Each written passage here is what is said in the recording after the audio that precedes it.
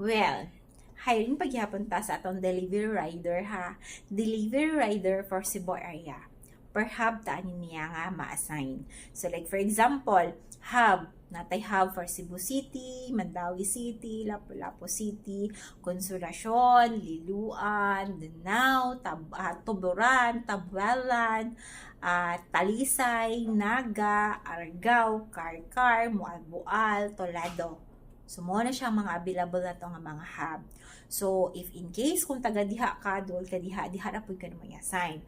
So, kaning qualification nga mong gipangita for delivery rider, yes, kinahanglan na ay driver license. Pwede na non-professional, pwede na professional.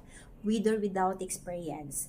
Basta lang, kahibalo mo gamit og Android nga phone. Kabalo mo, process. Then, kinahanglan na ay motor, of course, na ay motor. Maimuha o dili imuha ang motor, pwede ra kaayo. Basta na ay ORCR, dili expired. So if in case po dili imuha ang ORCR, pwede ra gihapon ha, dili ra jud mag-uol.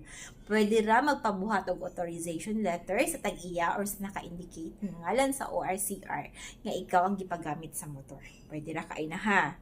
And then, kanya to ang rate ani niya for delivery rider is minimum for Cebu. Pila minimum room for Cebu?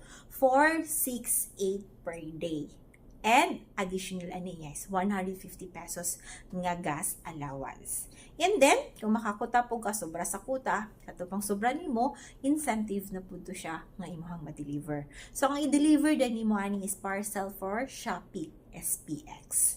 Okay?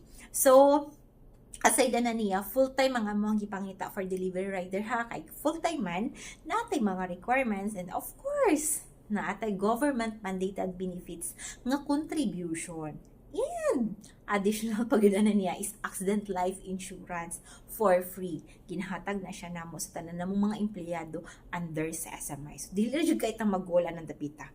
So, katong mga ganahan, interesado, willing, pwede ra mo comment down, pwede ra mo message direct sa akong FB Messenger, pwede ra pud kaayo mo email sa inyong updated resume. Pero kung mag-email gani mo sa inyong updated resume, please, apili na pud og driver license, OR ug CR, para ma-check ug matawagan ka dayon.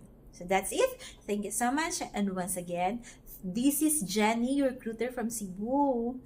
Don't forget to like, comment, and share for more video. Thank you so much. Bye-bye!